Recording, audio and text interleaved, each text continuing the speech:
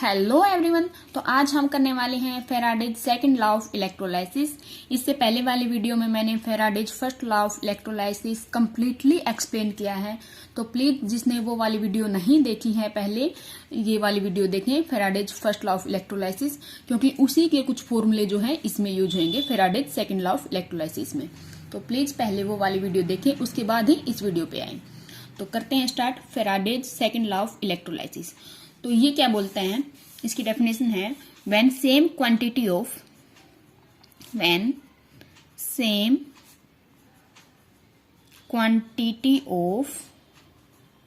Electricity is passed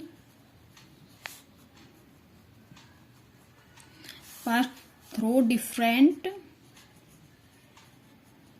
electrolyte या electrolytic solution, then the amount of substance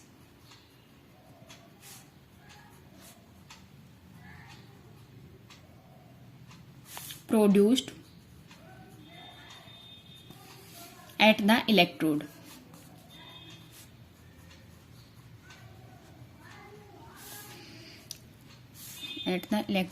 are directly proportional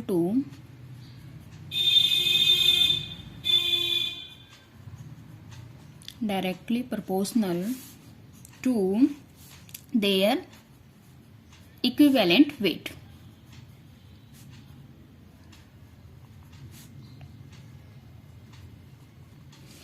तो देखो ये क्या बोल रहा है, जब same quantity of electricity pass हो किसमें, डिफरेंट इलेक्ट्रोलाइटिक सॉल्यूशन में, तो जो अमाउंट ऑफ सब्सटेंस प्रोड्यूस होएगा किस पे, इलेक्ट्रोड्स पे, वो किसके इक्वल होएगा, वो प्रोपोर्शनल होएगा किनके, देयर इक्विवेलेंट वेट, उनके इक्विवेलेंट वेट के प्रोपोर्शनल होएगा। तो देखो ये इसका मतलब क्या हुआ, इसका मतलब ये हो रहा है कि जैसे ये एक इलेक्ट्रोलाइटिक सेल है, ठीक है, और एक ये इलेक्ट्रोड हो गई और एक ये इलेक्ट्रोड हो गई, ठीक है। मान लिया ये किसकी है, जिंक की है, और ZnSO4 सॉल्यूशन है इधर। ऐसे ये इलेक्ट्रोड हो गई और ये भी इलेक्ट्रोड हो गई, ये मान लिया किसकी है, कॉपर की, और CuSO4 सॉल्यूशन में, ठीक है। ये भी बैटरी से कनेक्ट है प्लस, और ये भी बैटरी से कनेक्ट है, ठीक है। तो ये वाला एनोड हो गया, ये वाला कैथोड हो गया। और हमने पहले भी पढ़ा है, अगर सेम मेटल की इलेक्ट्रोड और उसी मेटल का क्या हो, इलेक्ट्रोलाइटिक सॉल्यूशन हो, तो क्या किस में यूज होती है, वो मेटल को प्योर करने में। क्यों, यहाँ से क्या होता है, पॉजिटिव वाले टर्मिनल से, पॉजिटिव वाला क्या होता है एनोड और नेगेटिव वाला क्या आता है कैथोड। तो एनोड से क्या होगा, यहाँ से जो जिंक है ऑक्सीडेशन होएगा और इसमें सॉल्यूशन में जिंक गिरेगा Zn2 पॉजिटिव की फॉर्म में, और यहाँ से इलेक्ट्रॉन लेके कैथोड पे क्या हो जाएगा, डिपॉजिट हो जाएगा और प्योर फॉर्म में डिपॉजिट हो जाएगा। और यहाँ पे क्या रहता था, एनोड मड, ठीक है। तो हमने ये पढ़ रखा है, इलेक्ट्रोड और जो सॉल्यूशन सेम हो, इलेक्ट्रोलाइटिक सॉल्यूशन और जो इलेक्ट्रोड है सेम मेटल के हो तो मेटल को प्योर करने में यूज होता है, ठीक है। ये तो हमने पढ़ रखा है। लेकिन यहाँ पे ये क्या बोल रहा है, जब सेम क्वांटिटी, अगर इन दोनों इलेक्ट्रोलाइटिक सॉल्यूशन में सेम क्वांटिटी किसकी पास की जाए, इलेक्ट्रिसिटी की, सेम इलेक्ट्रिसिटी इसमें पास की जाए और इतनी ही इलेक्ट्रिसिटी इसमें पास की जाए, तो जो अमाउंट ऑफ सब्सटेंस प्रोड्यूस होएगा किस पे, इलेक्ट्रोड्स पे। अब यहाँ पे देखो इस पे क्या होगा, जिंक प्रोड्यूस, इस पे क्या होगा, कॉपर प्रोड्यूस, तो वो किसके इक्वल होएगा, directly proportional to their equivalent weight. यानी कि इसके ऊपर जो जिंक होएगा ना, जिंक प्रोड्यूस यानी कि वेट ऑफ जिंक, और इसके ऊपर जो कॉपर प्रोड्यूस होएगा, वेट ऑफ कॉपर, इनका जो रेशियो होएगा वो किसके इक्वल होएगा, इनके इक्विवेलेंट वेट का, यानी कि इक्विवेलेंट वेट ऑफ जिंक और इक्विवेलेंट वेट ऑफ कॉपर कब होएगा, जब सेम इलेक्ट्रिसिटी पास हो रही हो, मतलब सेम करंट पास हो रहा।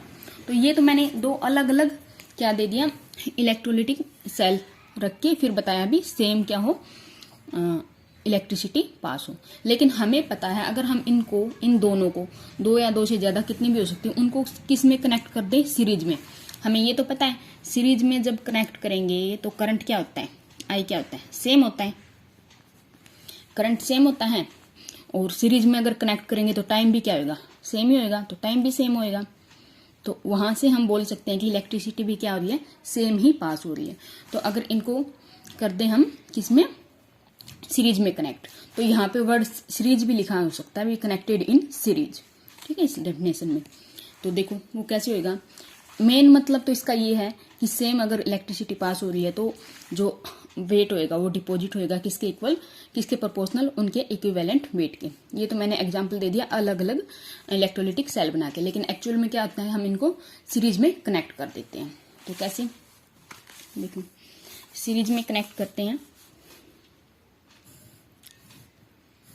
एक इलेक्ट्रोलिटिक सेल ये हो गई, एक इलेक्ट्रोलिटिक सेल ये हो गई, ये इलेक्ट्रोड हो गई और ये भी इलेक्ट्रोड हो गई, एक ये इलेक्ट्रोड हो गई और एक ये इलेक्ट्रोड हो गई, ठीक है। ये दोनों होगी जिंक की और ZnSO4 सॉल्यूशन, ये हो गई कॉपर की, और दोनों ही ऐसे ही ये भी दोनों, और copper sulphate solution.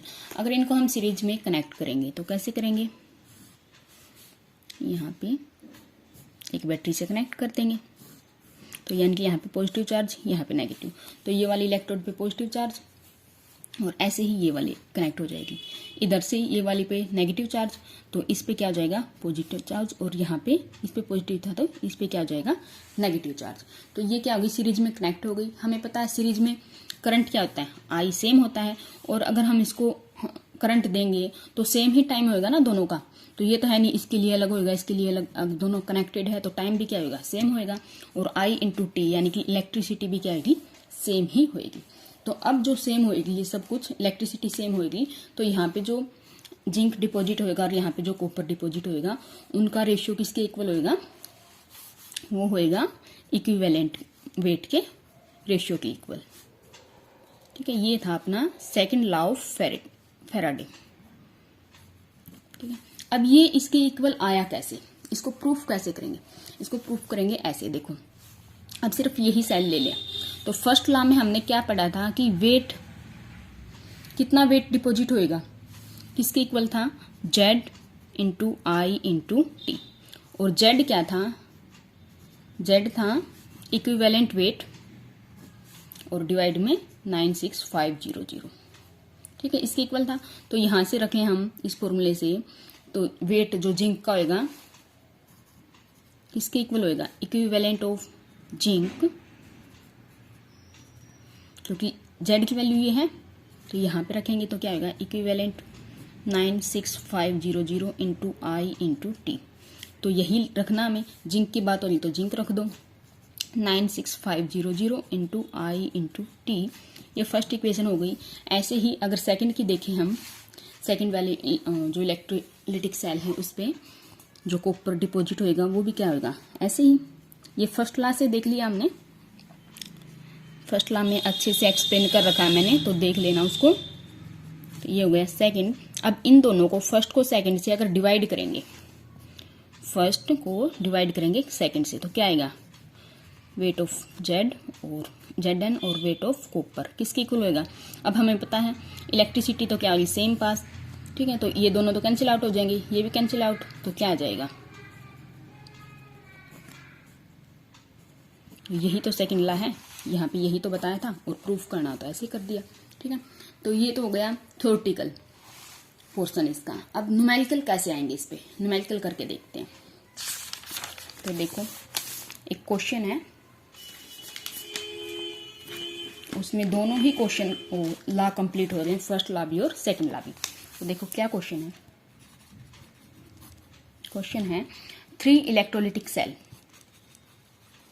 3 electrolytic cells A, B, C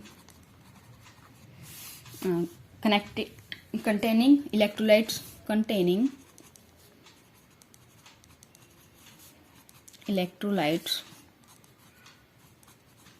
कौन से इलेक्ट्रोलाइट, जिंक हो गया, सिल्वर हो गया, यानी कि जिंक सल्फेट, देखो यहाँ लिख लेती हूँ, जिंक सल्फेट, सिल्वर नाइट्रेट और कॉपर सल्फेट, ठीक है, रिस्पेक्टिवली। ए में क्या है, जिंक सल्फेट है, इसमें सिल्वर नाइट्रेट है, और सी में क्या है, कॉपर सल्फेट, ठीक है। तो ये कनेक्टेड है इन series, connected in series, series में कनेक्टेड है, इसका मतलब क्या होगा, इलेक्ट्रिसिटी सेम पास हो रही है। तो करंट पास हो रहा है, करंट पास हो रहा है कितना, 1.50 एम्पियर, ओके। और कब तक, until 1.45 gram of silver were deposit, ठीक है। तो अब बताना हमें, how long did the current flow, how long did the current flow, current flow कितनी देर के लिए होएगा। और क्या बताना है, what wait of copper and zinc, what wait of copper and zinc get deposited, ठीक है। ये क्वेश्चन है, अगर इसको हम करेंगे तो हमें दोनों ही ला अच्छे से समझ आ जाएंगे।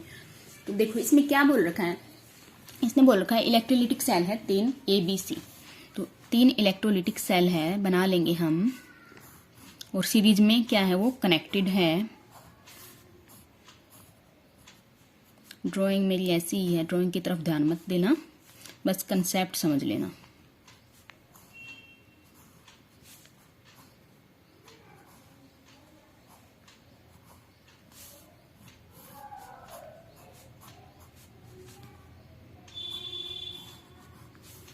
ये इससे कनेक्ट है और ये इससे कनेक्ट, ठीक है। ABC है, ए में है जिंक सल्फेट, इसमें है सिल्वर नाइट्रेट, और इसमें है कॉपर सल्फेट, ठीक है। तो ये है, ये क्या बोल रहा है, करंट पास किया कितना, 1.5 एम्पियर। कब तक पास किया, जब तक जो सिल्वर है कितना डिपॉजिट हो जाए, 1.50 ग्राम, यानी कि इस पे जो सिल्वर डिपॉजिट होएगा वो कितना हो जाए, 1.50 ग्राम। तो हम लिख लेते हैं क्या क्या हमें गिवन है, वेट गिवन है सिल्वर का 1.50 ग्राम, करंट गिवन है 1.5 एम्पियर, ठीक है। और हमें निकालना क्या है, how long did the current, current कितने टाइम तक जो है फ्लो होएगा, करंट फ्लो, यानी कि टाइम निकालना है। अब टाइम निकालना है तो ये वाला तो किससे होगा, टाइम तो निकलेगा फर्स्ट लॉ ऑफ फैराडे से, उसके बाद निकालना है what weight of copper and zinc get deposit, और ये किससे होएगा, सेकंड लॉ से। तो पहले हम ये वाला पोर्शन देख लेते हैं। हमें पता है फर्स्ट लॉ के अकॉर्डिंग वेट किसके इक्वल था, वेट था ZIT, ZIT के इक्वल था, और Z क्या था, इक्विवेलेंट वेट डिवाइड में 96500। तो यहां से हम करेंगे तो वेट क्या आ जाएगा, इक्विवेलेंट वेट डिवाइड में 96500 इंटू आई इंटू टी, और हमें पता है सिल्वर का हमें दे रखा है, सिल्वर का दे रखा है ना वेट, तो वेट जो सिल्वर का दे रखा है हमें 1.50 ग्राम, ठीक है। और इक्विवेलेंट क्या होता है, इक्विवेलेंट वेट सिल्वर का होता है 108, ठीक है। ये क्वेश्चन में दिया मिलेगा। तो इक्विवेलेंट वेट हो गया 108, 96500 इंटू में आई हमें दे रखा है कितना, 1.5 एम्पियर, और टी हमें निकालना है। तो सोल्व करेंगे तो देखो इसके क्या आ जाएगा, 1 पॉइंट हटाएंगे तो 00, 108, 96500 इंटू में 1.5 इंटू टाइम, ठीक है। इससे ये कैंसिल। तो यहां से अगर हम टाइम की वैल्यू निकालेंगे तो क्या आएगी, 145 इंटू, ये इधर जाके इंटू में हो जाएगा ना, 965, और ये क्या आ जाएंगे डिवाइड में 108 और 1.5। तो यहां से टाइम की वैल्यू आएगी 863 सेकेंड। तो इसको सोल्व करने से 863 सेकेंड आएगी। तो ये तो था फर्स्ट लॉ के अकॉर्डिंग, हमें टाइम निकल जाएगा फर्स्ट लॉ के अकॉर्डिंग। अब क्वेश्चन में क्या पूछ रखा है, वेट पूछ रखा है किसका, जिंक और कॉपर का, जिंक और कॉपर का कितना वेट डिपॉजिट हुआ है ये पूछ रखा है। तो देखो कैसे निकालेंगे, वो सेकंड लॉ यूज हो जाएगा। उसके अकॉर्डिंग क्या था, वेट और वेट कॉपर और किसकी बात हो रही है, जिंक की। ये तो पूछ रखा है लेकिन सिल्वर का हमें गिवन है, तो यानी कि वेट जो सिल्वर का होगा डिवाइड में पहले जिंक का निकाले तो वेट जिंक का होगा वो किसके इक्वल होएगा, इक्विवेलेंट वेट ऑफ सिल्वर और डिवाइड में इक्विवेलेंट वेट ऑफ जिंक। तो यहां से देखो हमें पता है मोलर मास गिवन भी होएगा एग्जाम में, ये मोलर मास किसका, जिंक का। जिंक का मोलर मास होता है 65.3 ग्राम। तो इसका जो इक्विवेलेंट मास कितना हो जाएगा 65.3 डिवाइड में एन फैक्टर, और जिंक का एन फैक्टर कितना होता है 2। ठीक है, तो ये फॉर्मूला अगर हम लगाएंगे तो यहां से हमें वेट निकालना किसका, जिंक का। कैसे निकलेगा, क्या था फॉर्मूला, Ag डिवाइड में W zinc equal equivalent Ag divide में इक्विवेलेंट जिंक। तो ये हमें निकालना है, तो इसको इधर ले आएंगे, इनको इधर ले आएंगे, तो वेट क्या हो जाएगा, ये इधर आएगा मल्टीप्लाई में हो जाएगा जिंक और यहां से इक्विवेलेंट वेट ऑफ सिल्वर। तो ये हमें गिवन है, कितना है, पीछे देर का था ना वेट 1.45 इंटू जिंक का कितना हो गया 65.3 डिवाइड में 2, इक्विवेलेंट वेट यही निकाला था ना अभी। ओके, और इक्विवेलेंट वेट ऑफ सिल्वर का क्या आ जाएगा 108। ठीक है, तो इसको सोल्व करेंगे हम तो हमें मिलेगा 0.438 ग्राम। ये किसका वेट मिल जाएगा, जिंक का। सोल्व करना अब तुम्हें है। ठीक है, तो ये यहां से जिंक का वेट निकल गया। ऐसे ही हमें किसका निकालना है, कॉपर का। तो कॉपर के लिए भी वही निकाल लेंगे, वेट ऑफ सिल्वर डिवाइड में वेट ऑफ कॉपर इक्वल किसके होगा, equivalent weight of silver divide में इक्विवेलेंट वेट ऑफ कॉपर। और हमें पता है कॉपर का इक्विवेलेंट वेट क्या होता है, मोलर मास क्या होता है, मोलर मास होता है 63.5। ये एग्जाम में दिया मिलेगा, टेंशन नहीं लेना इतनी। ठीक है, याद करने की जरूरत नहीं है। तो इक्विवेलेंट मास क्या आ जाएगा 63.5 डिवाइड में एन फैक्टर जो है कॉपर का भी क्या होता है 2 ही होता है। ठीक है, एन फैक्टर होता क्या है, मतलब कितना चार्ज उसके ऊपर हुआ। जैसे यहाँ पे कॉपर सल्फेट की बात है ना, तो इसको अगर हम आयोनाइज करेंगे तो copper 2 positive plus SO4 2 negative, यानी कि कॉपर के ऊपर चार्ज कितना आ रहा है, इसकी वैलेंसी कितनी है 2 है ना, तो इसी को एन फैक्टर बोलते हैं। ठीक है, यहाँ से इक्विवेलेंट वेट निकल गया इसका। लेकिन हमें निकालना क्या है, वेट कॉपर का। तो कैसे निकालेंगे, कॉपर का जो वेट होएगा वो किसके इक्वल होएगा, weight of silver multiply equivalent weight of copper और डिवाइड में इक्विवेलेंट वेट ऑफ सिल्वर। तो यहाँ से ये हमें गिवन है 1.45, ये अभी निकाला है 63.5 डिवाइड में 2, और ये हमें पता है कि 108 होता है। इसको सोल्व करेंगे तो आंसर आएगा 0.426 ग्राम। तो ये आ गया वेट किसका, कॉपर का। तो ऐसे हमें क्वेश्चन करने हैं। ठीक है, हो जाएगा। चलो एक क्वेश्चन और देख लेते हैं, उसके बाद हमें अच्छे से समझ आ जाएगा कि ये क्या दे रखा है। ठीक है, तो देखो हमें गिवन है कि एक current is passed through 2 voltmeter. एक current is passed through 2 voltmeter connected in series. Connected in series, series में कनेक्ट है 2 voltmeter. The first voltmeter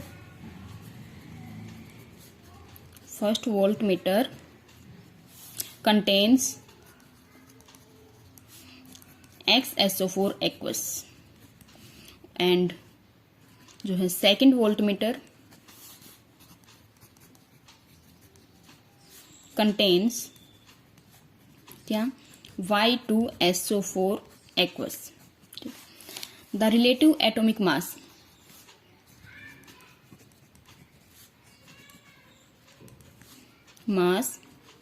of X and Y are in ratio 2:1।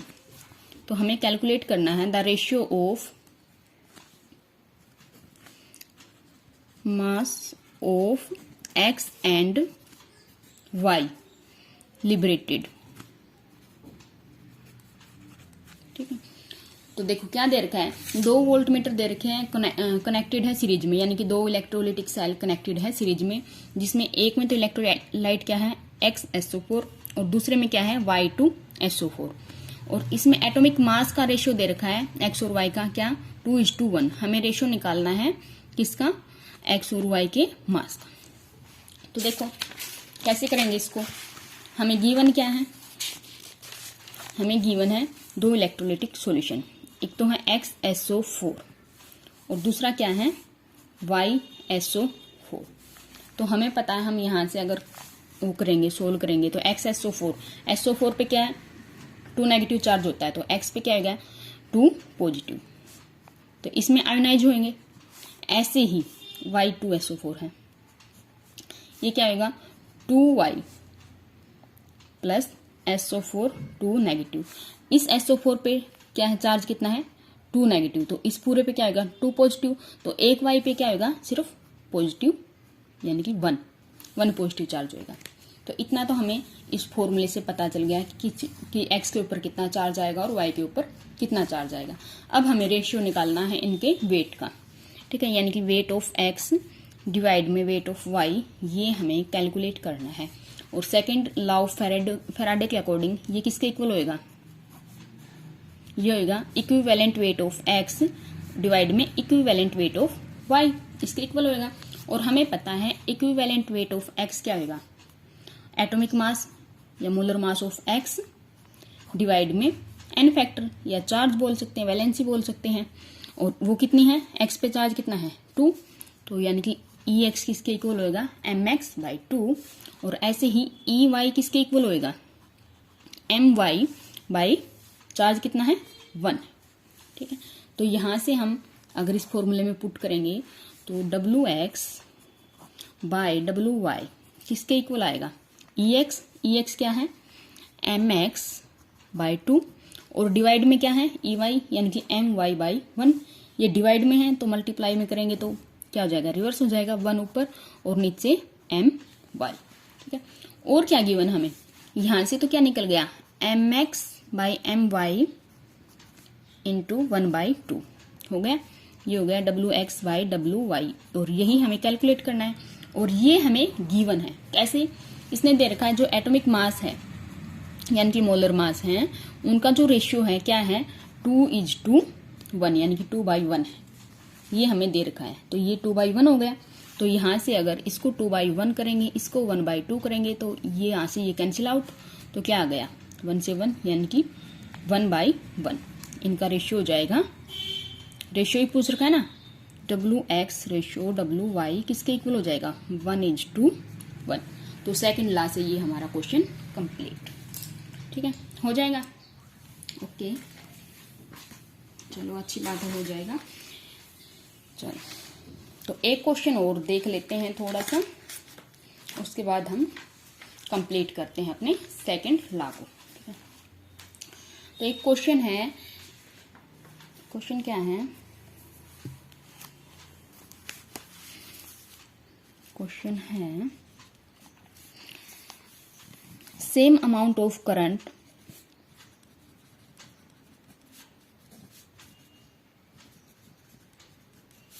is passed through 3 aqueous electrolytic solution, 3 aqueous electrolytic solution,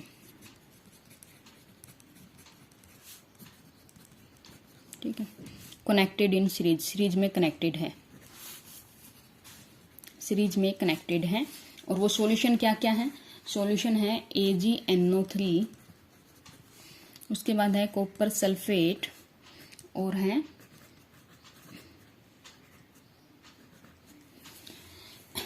AuCl3, ठीक है।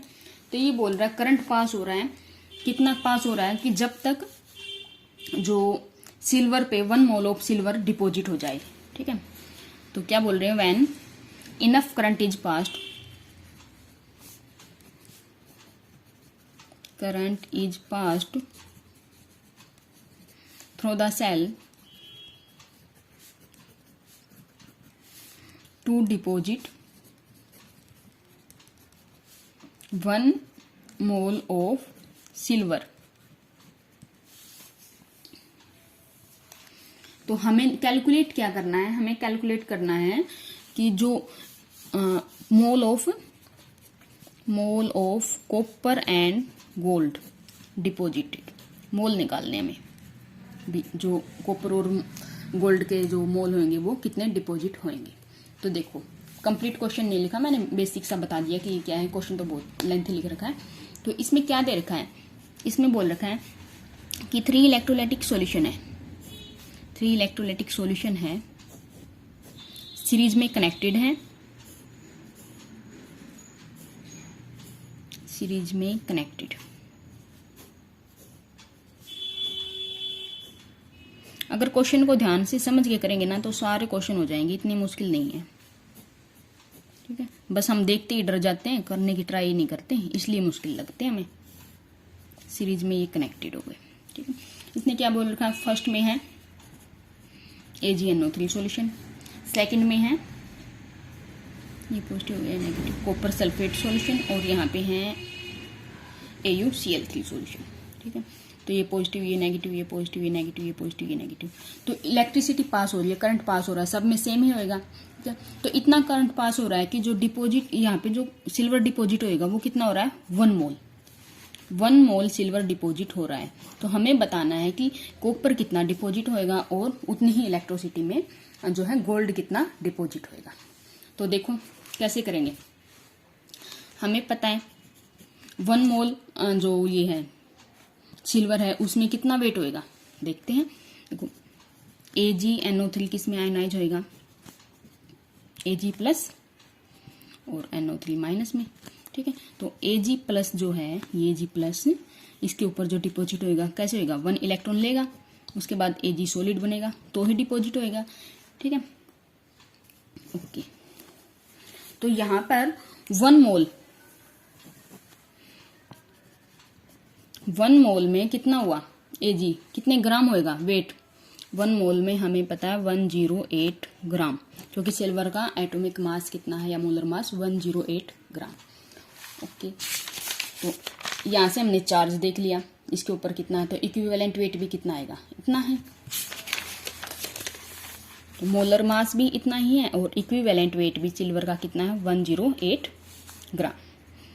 तो second law of क्या भूलेंगे, Faraday का second law, वहां से हमें पता है वेट सिल्वर का डिवाइड में कॉपर का, किस किस का निकालना है, कॉपर का और गोल्ड का। तो पहले कॉपर का निकाल लेते हैं, किसके इक्वल होएगा, इक्विवेलेंट वेट ऑफ किसका, सिल्वर, और डिवाइड में इक्विवेलेंट वेट ऑफ कॉपर। हमें ये निकालना है, हमें नंबर ऑफ मोल्स निकालना, पहले तो ये निकालेंगे उसके बाद मोल्स निकल जाएगा। तो यहां से ये इसके मल्टीप्लाई में और ये इसके मल्टीप्लाई में और डिवाइड में। तो यहां से हमें पता है वेट कितना है, 108, इतना ही बोला ना इसने। ओके, और कॉपर का इक्विवेलेंट वेट कितना होता है, कॉपर का जो मोलर मास होता है वो कितना होता है, 63.5, और इक्विवेलेंट वेट होता है कॉपर का 63.5 डिवाइड में 2। कैसे, पहले भी बताया मैंने, क्योंकि CuSO4 है तो कितना चार्ज होएगा इसके ऊपर, 2 positive plus SO4 2 negative, 2 positive charge है तो n फैक्टर डिवाइड करते हैं तो 2 आ जाएगा। तो यहाँ से करेंगे तो देखो ये तो इतना है, ये कितना आ गया 63.5 डिवाइड में 2, और यहाँ पे इक्विवेलेंट वेट किसका, सिल्वर का, ये भी इतना ही है। ये आ गया वेट किसका, कॉपर का, यहाँ से ये कैंसिल, तो कॉपर का वेट आ गया अपना 63.5 डिवाइड में 2, ये कॉपर का क्या आ गया वेट। लेकिन हमें निकालना है number of moles of copper. अब हमें पता है नंबर ऑफ मोल्स का फॉर्मूला क्या होता है, molar mass given mass divide में मोलर मास, ये होता है। मोल्स हमें निकालने हैं, तो गिवन मास मतलब कितना मास आया है अपना, कितना 63.5 डिवाइड में 2, और मोलर मास कितना होता है इसका 63.5, यहाँ से ये कैंसिल, तो कितना आ गया 1/2। तो इतने मोल डिपॉजिट होंगे कॉपर के। ऐसे ही हमें किसके निकालने हैं, गोल्ड के। तो गोल्ड क्या था सॉल्यूशन, AuCl3, तो यहाँ से Au 3 positive plus 3Cl negative, तो गोल्ड के ऊपर चार्ज कितना 3, और गोल्ड का जो मोलर मास होता है वो होता है 197। ये एग्जाम में दिया मिलेगा, टेंशन लेने की जरूरत नहीं है। तो यहाँ से हमें इक्विवेलेंट वेट निकालना हो तो क्या आ जाएगा, 197 डिवाइड में n फैक्टर आता है, यानी कि चार्ज कितना है, वो कितना है 3। ये गोल्ड का आ गया और हमें निकालना है वेट। तो वही formula, weight of silver divide में वेट ऑफ गोल्ड इक्वल किसके, equivalent weight of silver divide में इक्विवेलेंट वेट ऑफ गोल्ड। तो हमें ये निकालना है। तो यहाँ से क्या आ जाएगा, मल्टीप्लाई में equivalent weight of gold divide में इक्विवेलेंट वेट ऑफ सिल्वर। तो ये हमें पता है कितना आया था 108, ये अभी निकाला है 197 डिवाइड में 3, और ये भी हमें पता है 108। तो इससे ये कैंसिल, यहाँ से वेट क्या आ गया अपना गोल्ड का 197/3। लेकिन हमें निकालना क्या है, मोल्स। तो मोल्स क्या होंगे, मोल्स होंगे गिवन मास कितना है 197/3, और डिवाइड में क्या आएगा, मोलर मास। तो मोलर मास कितना है 197, यहाँ से ये कैंसिल। तो यहाँ से आ गया मोल्स किसका, गोल्ड का 1/3। तो ये हो गया अपना second law of Faraday completely. इसलिए क्वेश्चन मैंने अच्छे से करवा दिया है। एक बार ना समझ आए तो 2 बार देख लेना वीडियो को, तो अच्छे से समझ आ जाएगा। कंसेप्ट क्लियर होने के बाद सारे क्वेश्चन आराम से आपके क्या हो जाएंगे, सोल्व हो जाएंगे। Thank you.